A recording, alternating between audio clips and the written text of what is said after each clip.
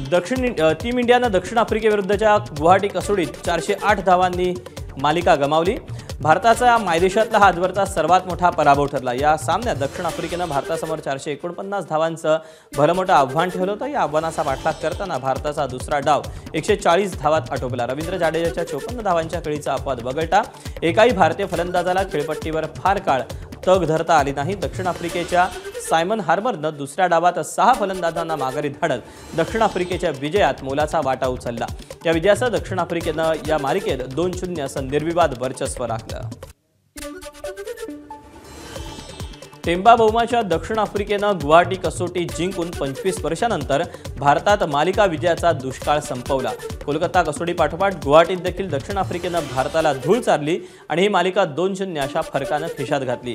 साल 2000 नंतर दक्षिण आफ्रिकेनं भारतात मालिका जिंकण्याची ही पहिलीच वेळ ठरली। महत्त्वाचं म्हणजे कर्णधार टेम्बा बहुमाच्या नेतृत्वात दक्षिण आफ्रिकेनं कसोटीत आपली विजयी घौडदौड ही कायम ठेवली आहे। बहुमाच्या नेतृत्वाखाली दक्षिण आफ्रिकेनं आतापर्यंत 12 कसोटी सामन्यांपैकी 11 सामने जिंकले असून एक सामना अनिर्णित राखला आहे। दक्षिण आफ्रिकेविरुद्धच्या दारुण पराभवानंतर पार पडलेल्या पत्रकार परिषदेत प्रशिक्षक गौतम गंभीरनं पराभवाची जबाबदारी स्वीकारली। संघातले अनेक खेळाडू नवीन आहेत, ते अजून शिकतायत, पण आम्ही एक टीम म्हणून खेळतो। पण या पराभवानंतर बीसीसीआय जो निर्णय घेईल तो सर्वांना मान्य असेल असं गंभीर यांनी म्हटलं। मात्र यावेळी आपल्यावर होत असलेल्या टीकेवर देखील त्यांनी उत्तर दिलं। मी तोच व्यक्ती आहे ज्याच्या मार्गदर्शनाखाली भारतानं चॅम्पियन्स ट्रॉफी जिंकली। एका नवख्या संघासह इंग्लंडमध्ये कसोटी मालिका अनिर्णित राखली आणि आशिया चषकही जिंकला, याची आठवण त्यांनी करून दिली। It's up to BCCI to decide. I've said it during my first press conference when I took over as the head coach. Indian cricket is important, I'm not important. And I sit here, say exactly the same thing. And yes, people can keep forgetting about it. I'm the same guy who got results in England as well with a young team. And I'm sure you guys will forget very soon because a lot of people keep talking about New Zealand. And I'm the same guy who won Champions Trophy and Asia Cup as well. Yes, this is a team which has less experience, and I've said it before as well that they need to keep learning and they're putting everything possible to turn the tide. दिल्लीतील लाल किल्ल्याजवळ झालेल्या car बासच्या प्रकरणाच्या तपासात आज अजून एकाला अटक करण्यात आली। शोएब नावाच्या व्यक्तीला फरीदाबादमधून अटक करण्यात आली। या प्रकरणात आतापर्यंत 7 जणांना अटक करण्यात आलेली आहे। 24 तासात अजित पवारांनी राजीनामा द्यावा अशी मागणी सामाजिक कार्यकर्ते अंजली दमान यांनी केली। राजीनामा न दिल्यास उद्या दिल्लीमध्ये अमित शहांची भेट घेणार असल्याचं त्यांनी म्हटलंय। अमित शहांनी वेळ न दिल्यास त्यांच्या ऑफिस बाहेर जाऊन बसणार असल्याचा इशारा देखील दमान यांनी दिला आहे। माझी आता तात्काळ मागणी आहे की अजित पवार यांनी त्यांच्या उपमुख्यमंत्री पदावरनं आणि पालकमंत्री पदावरनं तात्काळ म्हणजे 24 तासात त्यांचा राजीनामा हा फडणवीसांनी ताबडतोब घ्यावा अशी मी त्यांना विनंती करतेय। अमेडिया कंपनीबाबत अंजली दमान यांनी धक्कादायक खुलासे केले। अमेडिया कंपनीनं डेटा सेंटरसाठी LOI मागितला होता। डेटा सेंटरसाठी 98 लाखांची गुंतवणूक अमेडियानं दाखवली असल्याचं दमान यांनी म्हटलं। तर अमेडिया कंपनीचा प्रत्येक गोष्टीत फ्रॉड असल्याचं दमान यांनी म्हटलं। डेटा सेंटरसाठी LOI दाखवून स्टॅम्प ड्युटीत सूट घेतली, तर जमिनीसाठी हा व्यवहारच नव्हता, केवळ डेटा सेंटरसाठी सूट मागितल्याचं दमान यांनी म्हटलंय। एकूण आमची इन्व्हेस्टमेंट ही 98 लाखाची होणार आहे। फक्त 98 लाखाची इन्व्हेस्टमेंट आम्ही करणार आहे आणि त्याच्यात आम्ही डेटा सेंटर उभारणार आहे। त्याच्यासाठी LOI द्या अशी मागणी अमेडिया तर्फे केली गेली आहे। प्रत्येक गोष्टीत त्यांनी फ्रॉड फ्रॉड फ्रॉड केलाय, दुसरं तिसरं काही नाही। पुण्याच्या मुंढवा जमीन गैरव्यवहार प्रकरणी स्थापन झालेली SIT रद्द करण्याची मागणी दमान यांनी केली। तर नवीन SIT स्थापन करा असं दमान या म्हणाल्या। नव्या SIT कडून 10 दिवसात अहवाल घेण्याची मागणी दमान यांनी केली।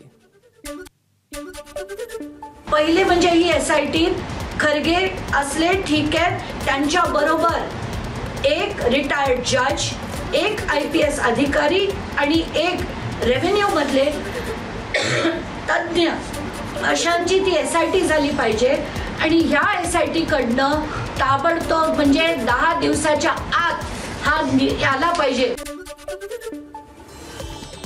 ज्येष्ठ अभिनेता शक्ती कपूरचा मुलगा सिद्धांत कपूरची काल 5 तासांहून अधिक काळ चौकशी करण्यात आली। 252 कोटींच्या ड्रग्ज प्रकरणात ही चौकशी झाली। आता सोशल मीडिया इन्फ्लुएन्सर ऑरीला समन्स पाठवण्यात आलं। या प्रकरणात अटक झालेला आरोपी सलीम शेखच्या जबाबानुसार ऑरीला समन्स पाठवण्यात आलं। ऑरी आणि दाऊदचा भाचा अली शाह पारकरचे संबंध असल्याचा दावा आरोपी सलीम शेखनं केला। ड्रग्ज पार्ट्यांसाठी या दोघांची भागीदारी असल्याचं सलीम शेखनं म्हटलं। ऑरी स्वतः ड्रग्जचं सेवन करतो, पार्ट्यांमध्ये सहभागी होतो असं शेखनं म्हटलं आहे। आरोपी सलीम शेखनं आपल्या जबाबात अनेक बॉलिवूड सेलिब्रिटींची नावं घेतली। ड्रग्ज पार्ट्यांना हे सेलिब्रिटी कलाकार हजेरी लावतात असा त्यांचा दावा आहे। यात अभिनेत्री श्रद्धा कपूर, नोरा फतेही, श्रद्धा कपूरचा भाऊ सिद्धांत कपूर, माजी आमदार झिशान सिद्दीकी, दाऊदचा भाचा अली शाह पारकर, रॅपर लोका, दिग्दर्शक अब्बास आणि मस्तान यांचा समावेश आहे। मुंबई IITच्या नावावरून नवीन वाद पेटलाय। केंद्रीय मंत्री जितेंद्र सिंग यांनी वादग्रस्त वक्तव्य केलं। IITच्या नावात बॉम्बे असल्याचं केंद्रीय मंत्र्यांना आनंद आहे। IITच्या नावात मुंबई नसणं चांगलं आहे असं जितेंद्र सिंग म्हणाले होते। दरम्यान जितेंद्र सिंगांच्या वक्तव्यावर शिवसेना आणि मनसेनं संताप व्यक्त केला।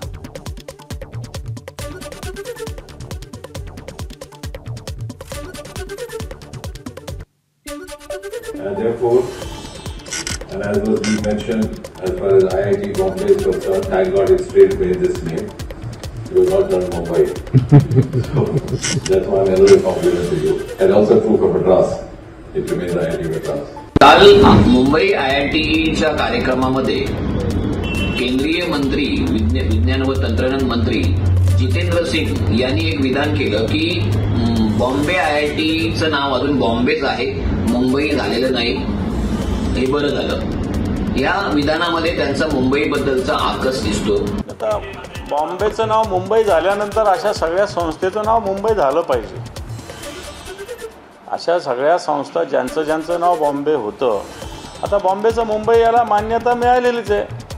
आणि त्याच्यामुळं मला असं वाटतं जी मागणी आता होतीये IIT मुंबई हे मानायला काहीच हरकत नाही। त्याच्यात फार काही ऑब्जेक्शनेबल आहे अशातला काही भाग नाही। काँग्रेसच्या अहिल्यानगर जिल्हाध्यक्षांचं अपहरण करून मारहाण केल्याची धक्कादायक घटना घडली। जिल्हाध्यक्ष सचिन गुजर यांचं अपहरण करून त्यांना मारहाण करण्यात आली। सकाळी फिरायला गेल्यानंतर दोघांनी जबरदस्तीने त्यांना गाडीत घातलं। मारहाणीनंतर अज्ञातांनी गुजर यांना रस्त्यावर सोडलं। आमदार हेमंत ओगले, सचिन गुजर श्रीरामपूर पोलीस ठाण्यात दाखल झाले। अपहरणकर्त्यांवर गुन्हा दाखल करण्याचं काम सुरू आहे। नगरपालिका निवडणुकीच्या धामधुमीत ही घटना घडल्यानं खळबळ माजली। महाराष्ट्राचं आणि अहिल्यानगरचं असणारे जे चित्र आहे याचा मी तीव्र शब्दात निषेध करतो, धिक्कार करतो। आणि आज नेमक्या 26 तारखेलाच एका मोठ्या राजकीय पक्षाच्या जिल्हाध्यक्षाचं अपहरण करणे म्हणजे काय, तर 26/11ला पाकिस्तानच्या दहशतवाद्यांनी भारतात मुंबईला हल्ला करून संविधान आम्हाला मान्य नाही आणि संविधान आम्ही या देशामध्ये ठेवणार नाही अशा प्रकारचा दहशतवाद्यांनी जो संदेश देण्याचा प्रयत्न केला होता, तो भारतीय जनता पक्षाला संविधान मान्य नाही आणि संविधान मोडकळीस करून त्यांना तानाशाही, हुकुमशाही आपल्या देशामध्ये आणायची आहे। हा त्यामागचा असणारा स्पष्ट शब्दात संदेश आहे। हा कदापि आम्ही हे सहन करणार नाही। उमेदवाराला किडनॅप करून निवडणूक अधिकाऱ्याच्या समोर उभं केलेलं आहे। अनगरला काय झालं, उमेदवारांनी फॉर्म भरू नये म्हणून किती पद्धतीने दाब दबाव अडवणूक झालेली आहे। आणि आता तुम्ही सांगताय काँग्रेसच्या जिल्हाध्यक्षाचंच अपहरण झालं, म्हणजे निवडणुका आपण फेअर वातावरणात म्हणतो त्या कुठे होत आहे? सत्ताधारी पक्ष अक्षरशः उच्छाद या निवडणूक सत्ताधारी पक्षांनी मनी आणि मसल पॉवरचा मांडलेला आहे। काँग्रेस जिल्हाध्यक्ष अपहरण आणि मारहाण प्रकरणी दोघांना अटक करण्यात आली। सचिन गुजर यांच्या फिर्यादीवरून श्रीरामपूर पोलीस ठाण्यात गुन्हा दाखल करण्यात आला। अपहरण आणि मारहाणीचा गुन्हाही दाखल करण्यात आला। मुख्य आरोपी चंद्रशेखर आगेसह दोघांना पोलिसांनी ताब्यात घेऊन गुन्ह्यात वापरलेली 2 वाहनं पोलिसांनी जप्त केली।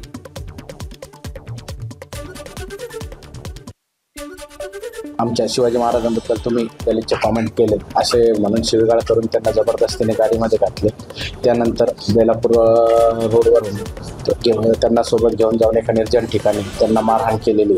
त्याबाबत फिर्याद दिल्यावरून श्रीरामपूर शहर पोलीस स्टेशन येथे अपहरण, मारहाण तसेच इतर कलमांवर गुन्हा दाखल करण्यात आला। त्या गुन्ह्यामध्ये आतापर्यंत श्री चंद्रशेखर आगे आणि इतर 2 जणांना ताब्यात घेतलेले। अहिल्यानगरचे काँग्रेस जिल्हाध्यक्ष सचिन गुजर यांना शिवप्रेमी चंदू आगे आणि त्यांच्या साथीदारांनी मारहाण केल्याचं समोर आलं. चंदू आगे आणि साथीदार स्वतः समोर आले. सचिन गुजर यांनी छत्रपती शिवाजी महाराजांचा एकेरी उल्लेख केला आणि महाराजांविषयी अपशब्द वापरल्यानं मारहाण केल्याचं शिवप्रेमी चंदू आगेंना म्हटलंय. सचिन गुजर यांचं अपहरण केलं नाही असं देखील त्यांनी म्हटलं. कोणताही गुन्हा दाखल करा, जामीन घेणार नाही असं मारहाण करणाऱ्या चंदू आगेनं म्हटलंय. फलटण तालुक्यातील बरड इथे गाडीवरचं नियंत्रण सुटल्यानं मिनी बसचा अपघात झाला. रस्त्यावर उभ्या असलेल्या एकाचा मृत्यू यामध्ये झाला. ही घटना सीसीटीव्हीमुळे समोर आली. संत ज्ञानेश्वर महाराज पालखी मार्गावर हा अपघात झाला. पंढरपूरच्या दिशेनं भरधाव वेगानं आलेल्या चालकाचं नियंत्रण सुटलं आणि त्यानंतर थेट डिवायडरला जाऊन ट्रॅव्हल्स धडकली. या अपघातात एकाचा मृत्यू झाला असून ट्रॅव्हल्समधील 7 ते 8 जण जखमी असल्याची माहिती आहे. पुण्यात महिलेनं पुरुषावर अत्याचार केल्याची घटना घडली. कोथरूड पोलीस स्टेशनमध्ये महिलेवर गुन्हा दाखल करण्यात आला. गुंगीचं औषध देऊन कोल्हापूरच्या इसमावर अत्याचार करण्यात आले. त्याच्यासोबत काही अश्लील फोटो देखील काढले गेले आणि पैशांची मागणी केली गेली. वकील असल्याची बतावणी करून महिलेकडून धमकी दिली जात होती. कराड पाटण राज्यमार्गावर विजयनगरच्या गावाच्या हद्दीत मद्यपी युवतीनं रस्त्यावर धिंगाणा घातला. या घटनेनं रस्त्यावर काही काळ वाहतूकही ठप्प झाली होती. हा सर्व प्रकार सोशल मीडियावर व्हायरल झाला. येणाऱ्या जाणाऱ्या गाड्या अडवून वाहनांच्या बोनेटवर बसून ती अर्वाच्य भाषेत आरडाओरड करत होती. तिनं काही वाहनांवर दगडफेकही केली. अखेर पोलीस आले आणि त्यांनी तिला ताब्यात घेतलं. अमरावतीच्या बडनेरामधील जुनी वस्तीमध्ये 28 वर्षीय तरुणाची निर्घृण हत्या करण्यात आली. आरोपींच्या अटकेच्या मागणीसाठी पोलीस स्टेशनमध्ये नागरिकांनी गर्दी केली तर बांगलादेशी तरुणांनी सामूहिकपणे हत्या केल्याचा आरोप भाजपच्या शिवराय कुलकर्णी यांनी केला. सांगणं पोलिसांना की त्यांनी ही जी थातूरमातूर कारवाई केली ही चालणार नाही. ज्या ज्या बायका होत्या, जे सगळे आरोपी होते ते सगळे इथे आणून त्यांच्यावर गंभीर सगळे गुन्ह्याचे गुन्हे जर दाखल झाले नाही तर आम्ही पोलीस ठाणा सोडणार नाही. आम्ही देखील जर पोलीस कार्यक्षमपणे काम करणार असतील तर आम्ही ईट का जवाब पत्थर से दिल्याशिवाय राहणार नाही. अमरावतीच्या बडनेरामध्ये तरुणाच्या हत्या प्रकरणातील सीसीटीव्ही समोर आला. हत्या करून पलटणाचा हा आरोपींचा सीसीटीव्ही व्हिडिओ आहे. अमरावतीच्या बडनेरामध्ये तरुणाच्या हत्या प्रकरणावर अनिल बोंडे पोलीस अधिकाऱ्यांवर संतापले. आरोपींना अटक होत नाही तोपर्यंत अंत्यसंस्कार होणार नाही त्याचा इशारा बोंडेंनी दिला. तर पोलीस अधिकाऱ्याला निलंबित करण्याची मागणी देखील त्यांनी केली. पुणे पोलिसांनी कोयता गँगची धिंड काढली. भर रस्त्यावर बेडूक उड्या मारायला लावल्या. रेस्टॉरंट आणि बारवर मध्यरात्री कोयत्याची दहशत दाखवत दरोडा टाकला होता. या प्रकरणी गुन्हा दाखल करण्यात आला होता. या आरोपीचा शोध डेक्कन पोलिसांनी घेतला आणि त्याच परिसरात या आरोपींची धिंडही काढली. घरगुती वादातून पत्नीनं विहिरीत उडी घेऊन आत्महत्या करण्याचा प्रयत्न केला. पत्नीला वाचवायला गेलेल्या पतीनं देखील विहिरीत उडी घेतली. मात्र या घटनेत दोघांचाही बुडून मृत्यू झाला. वाशिमच्या मंगरुळपीर तालुक्यातील सवासनी गावात ही घटना घडली. घरगुती वादातून पती पत्नीमध्ये कडाक्याचं भांडण झालं आणि या वादातून पत्नीनं आत्महत्या केली आणि तिला वाचवण्यासाठी गेलेला पती देखील बुडाला. नागपूरच्या काटोलमध्ये 34 किलो गांजा जप्त करून 6 जणांना अटक करण्यात आली. कारवाईत 10 लाख किमतीची कार देखील जप्त करण्यात आली. याशिवाय मोबाईल गांजासह एकूण 17 लाखांचा मुद्देमाल जप्त केला. गांजा विक्रीमध्ये काटोल ग्रामीण मंडळ भाजप युवा मोर्चा अध्यक्ष वैभव काळे या युवा पदाधिकाऱ्याचा यामध्ये समावेश असल्यानं चर्चेला उधाण आलं आहे. एबीपी माझाच्या बातमीची सरकारकडून दखल घेण्यात आली. घाटी रुग्णालयातील जन्म मृत्यू प्रमाणपत्राची चौकशी करणार असल्याचं शिरसाट यांनी सांगितलं. जिल्हाधिकाऱ्यांच्या अध्यक्षतेखाली चौकशी समितीची स्थापना करण्यात आल्याचं शिरसाट म्हणाले. छत्रपती संभाजीनगरच्या वसतिगृहातील जेवणातून 28 विद्यार्थ्यांना विषबाधा झाली. छत्रपती संभाजीनगर शहरातील किलेअर्क इथे समाज कल्याण विभागाच्या 1000 मुलांच्या वसतिगृहात युनिट क्रमांक 1च्या भोजनात पाल आढळली. यानंतर काही विद्यार्थ्यांना मळमळ उलटीचा त्रास होऊ लागला. त्यांना घाटी इथे रुग्णालयात दाखल करण्यात आलं. जेवण करताना गवारीच्या भाजीमध्ये पाल आढळली. मुलांनी एकाच आरडाओरड केला. काही जणांना मळमळ आणि उलटीचा त्रास होऊ लागल्यानं मेस चालकानं त्यांना घाटी रुग्णालयात दाखल केलं.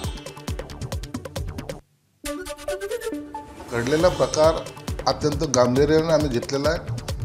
रात्रीच मी आमच्या समाज कल्याण आयुक्त मुंडे मॅडम, सचिव हर्षदीप कांबळे यांना सूचना दिलेल्या आहेत आणि यात जो कोणी दोषी आढळेल किंवा हलगर्जीपणा केला असेल त्यावर तातडीनं कारवाई करण्याचे निर्देश दिलेले आहेत. आणि त्याचबरोबर आता मी स्वतः थोड्या वेळामध्ये तिथं जाऊन तिथं व्हिजिट करतोय. वाढदिवसाच्या दिवशी मस्करीत 21 वर्षीय तरुणावर पेट्रोल टाकून जाळल्याची घटना घडली. मुंबईच्या कुर्ला परिसरात ही धक्कादायक घटना घडली. या घटनेत अब्दुल रेहमान खान हा तरुण जखमी झाला. या प्रकरणी 5 जणांना अटक केली. सीसीटीव्हीमुळे ही घटना समोर आली. 2020 मध्ये छत्रपती संभाजीनगर प्राणी संग्रहालयातून आणलेल्या भायखळ्याच्या राणीच्या बागेतील शक्ती वाघाचा संशयास्पद मृत्यू झाला. या वाघाला अपस्माराचे झटके येत असल्याचा प्राथमिक अंदाज व्यक्त केला जात असला तरी प्रशासनाकडून हेळसांड झाल्यानं मृत्यू झाल्याचा आरोप केला जातोय. 17 नोव्हेंबरला अचानक शक्ती वाघाला शोषणाचा त्रास होऊ लागल्यानंतर फिट आल्यानं त्याचा मृत्यू झाल्याचं प्रशासनाकडून सांगितलं गेलं आहे. नवी मुंबईच्या घणसोलीत कोल्हा आढळून आलाय. मेघमल्हार सोसायटीच्या आवारात कोल्हा दिसल्यानं आश्चर्य व्यक्त होत आहे. कोल्ह्याला जेरबंद करावा अशी मागणी मेघमल्हार सोसायटीच्या रहिवाशांनी केली. दरम्यान कोल्हा हा मुंबई आणि नवी मुंबईच्या कांदळवनात अनेक वर्षांपासून वास्तव्य करतोय. कांदळवनातील पक्षी, मासे, छोटे प्राणी त्याचं भक्ष्य असतात. मात्र कांदळवनाच्या शेजारी असलेल्या सोसायटीमध्ये देखील हा कोल्हा आता वावरू लागल्यानं नागरिकांमध्ये काही भीतीचं वातावरण आहे. पुण्यात सध्या बिबट्यामुळे दहशतीचं वातावरण निर्माण झालं. अशातच आता निवडणुकीची देखील धामधूम सुरू झाली आहे. मात्र निवडणुकीच्या प्रचारावर देखील बिबट्याचं सावट दिसतंय. अंधार पडल्यानंतर प्रचारांना आणि सभांना यायला कार्यकर्ते घाबरत आहेत. जीव महत्त्वाचा असल्यानं मतदार घर सोडायला तयार नाहीत. बिबट्याच्या हल्ल्यापासून स्वतःचा बचाव करण्यासाठी कार्यकर्ते, मतदार ही खबरदारी घेत आहेत. पण ही बाब उमेदवारांची आणि स्थानिक नेत्यांची धाकधूक वाढवणारी आहे. पुण्यातील विमानतळावर 4 महिन्यांपूर्वी 2 बिबटे आढळून आले होते. त्या दोन्ही बिबट्यांचा शोध अजूनही लागलेला नाही. त्यामुळे या परिसरात थर्मल ड्रोन आणि पिंजरे लावून बिबट्याचा वनविभाग पुन्हा शोध घेते. हा परिसर एअरफोर्सचा असल्यानं वनविभाग एअरफोर्सच्या मदतीने बिबट्याचा शोध घेते. सोबत एअरपोर्ट ऑथॉरिटीला देखील सोबत घेऊन बिबट्याचा शोध घेतला जातोय. साताऱ्यातील शाहूनगर वस्तीत बिबट्याचा बछडा आढळला. माहिती मिळताच वनविभागानं बिबट्याच्या बछड्याला ताब्यात घेतलं. तर मादी बिबट्या बछड्याला घेऊन जाण्यासाठी वनविभाग प्रयत्न करते.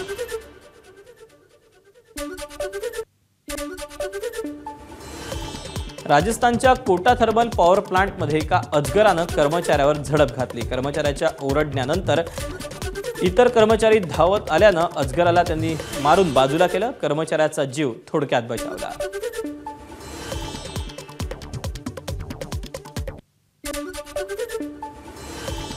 थायलंडमध्ये सध्या भीषण पूरपरिस्थिती निर्माण झाली. हातगाई या पूरग्रस्त भागात पुराच्या पाण्यातून एक भला मोठा साप वाहून जाताना दिसला. या सापाला पाहून नागरिकांची घाबरगुंडी उडाली. तर नागरिकांमध्ये पुरासोबतच सापाचीही दहशत निर्माण झाली. थायलंडला भीषण पुराचा तडाखा बसला. पाऊस आणि पुरामुळे आतापर्यंत 19 जणांचा मृत्यू झालाय. या घटनेत 20 लाखाहून अधिक नागरिकांना याचा फटका बसलाय. अमेरिकेतील ह्यूस्टनमध्ये वादळाचा कहर झाला. अनेक ठिकाणी झाडं आणि विजेचे खांब कोसळले. वादळाचा कहर सीसीटीव्हीत चित्रित झाला. इंडोनेशियात मुसळधार पावसानंतर आलेल्या पुरामुळे प्रचंड नुकसान झालं. आतापर्यंत 20 जणांचा मृत्यू झाला असून 50 जण बेपत्ता आहेत.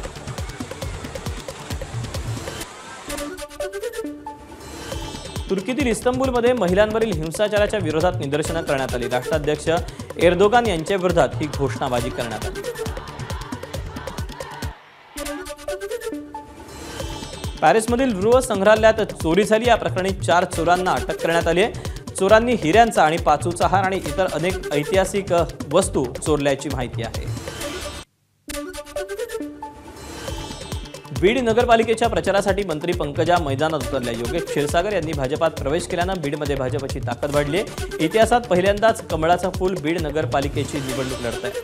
दरम्यान सुसंस्कृत सुशिक्षित फळी निर्माण करण्याचा मानस असल्याचं पंकजा मुंडे यांनी एबीपी माझाशी बोलताना म्हटलंय.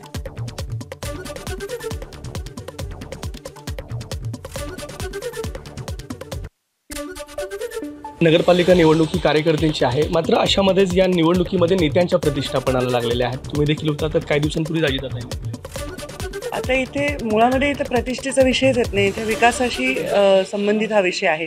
आणि एक सुसंस्कृत सुशिक्षित असा एक फळी बीड जिल्ह्यामध्ये निर्माण करण्याचा माझा तरी मानस आहे. आता योगेश क्षीरसागर स्वतः डॉक्टर आहेत, त्यांच्या पत्नी डॉक्टर आहेत आणि आमचे उमेदवारही डॉक्टर आहेत. एक सुसंस्कृत सुविद्य असे लोक राजकारणामध्ये यावे हे कल आणि मी एक एक व्यक्ती जोडते, असं फिल्टर लावून जोडते असं नाही. माझ्याकडे प्रवेश करणाऱ्यांची भरपूर इच्छा आहे, पण तो असा व्यक्ती असावा की ज्याला लोकांशी निगडीत कामं करता यावी आणि ज्याची एक चांगली प्रतिमा. मला असं काहीच दिसत नाही. मी तर निवडणूक फक्त विकासाच्या भोवती घुमते. सुविद्य सुशिक्षित अशी टीम, नवीन पिढी यावी. आता माझी एक पिढी झाली ना, जेव्हा मी नवीन आले राजकारणात, आता एक नवीन पिढी यावी आणि ती चांगली असावी हे माझं फोकस आहे.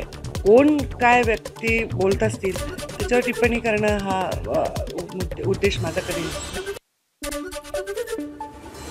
धाराशिवच्या उमरगा नगरपालिकेत मनसे आणि ठाकरे सेनेची युती झाली. या युतीचा दोन्ही पक्षांना फायदा होणार आहे, तर दोन्ही भाऊ राजकीयदृष्ट्या एकत्र येणं महाराष्ट्रासाठी गरजेचं असल्याचं आमदार प्रवीण स्वामी म्हणाले.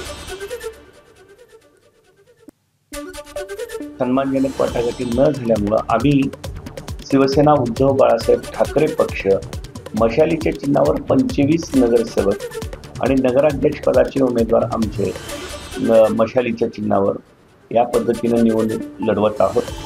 सोबत महाराष्ट्र नवनिर्माण सेना देखील आमच्यासोबत त्या ठिकाणी निवडणूक लढवत आहे. तर आपल्याला अनेक ठिकाणी राजसाहेब उद्धव साहेब एकत्रित आलेले दिसत आहेत. राजकीयदृष्ट्या ते एकत्र येणं ही सध्या महाराष्ट्राची गरज आहे. हे त्यांनी पण जाणलेलं आहे आणि जनतेने पण, जनतेची इच्छा आहे. एबीपी माझा, उघडा डोळे बघा नीट.